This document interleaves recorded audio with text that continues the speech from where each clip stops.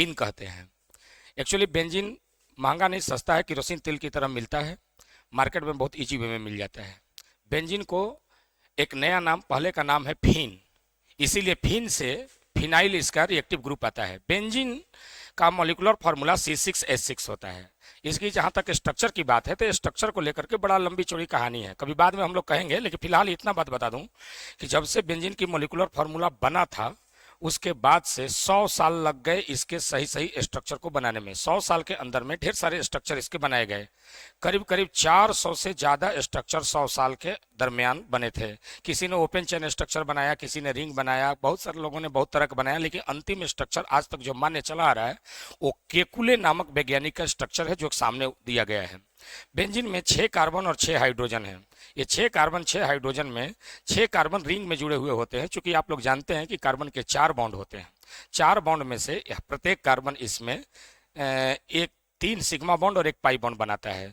2 sigma bond ring में और एक सिग्मा बॉन्ड हाइड्रोजन के साथ, और प्रत्येक कार्बन के साथ एक अल्टरनेट पाई बॉन्ड होता है। जब प्रत्येक कार्बन ने 3 सिग्मा बॉन्ड और एक पाई बॉन्ड बनाया है, देखिए 1 सिग्मा 2 सिग्मा 3 सिग्मा और एक पाई, तो इस तरह से इसकी हाइब्रिडाइजेशन हो जाती है sp2। sp2 का मतलब ट्रायंगुलर प्लेनर, ट्रायंगुलर प्लेन का मतलब 120 डिग्री पर, ये 120 120 120, यहाँ भी 120 120 120, इस प्रकार 120 डिग्री के एंगल पर प्लेनर स्ट्रक्चर मिलता है। यह एक एरोमेटिक कंपाउंड है और यह इसको ऐसे हाथ पर उठाएं तो प्लेट की तरह उड़ जाता है।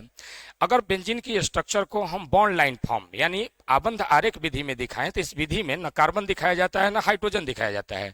इसके बदला में बल्कि हम लोग दिखाते हैं कार्बन को कोनों के द्वारा यानी कॉर्नर के द्वारा रिप्रेजेंट किया जाता है, और वो प्रत्येक कॉर्नर के साथ आवश्यक संख्या में हाइड्रोजन को जोड़ दिया जाता है। जैसे 6 कार्बन है तो 6 हमने कॉर्नर बना दिया, प्रत्येक कार्बन कार्बन के बीच के बॉन्ड को दिखाया जाता है, अल्टरनेट हमने पाई बॉन्ड दिखा दिया। और यहाँ पर 3, चूंकि इस कार्बन के 2 इधर एक इधर 3 बॉन्ड है, एक बॉन्ड नहीं है, इसका मतलब कि प्रत्येक कार्बन के साथ एक हाइड्रोजन है। और आपको एक बात बता दूं कि 11वीं क्लास में आप लोग पढ़े हुए होंगे कि अगर किसी ऑर्गेनिक कंपाउंड में या किसी भी कंपाउंड में अल्टरनेट पाई बॉन्ड होता है तो उसमें रिजोनेंस की घटना यानी अनुनाद की घटना होती है।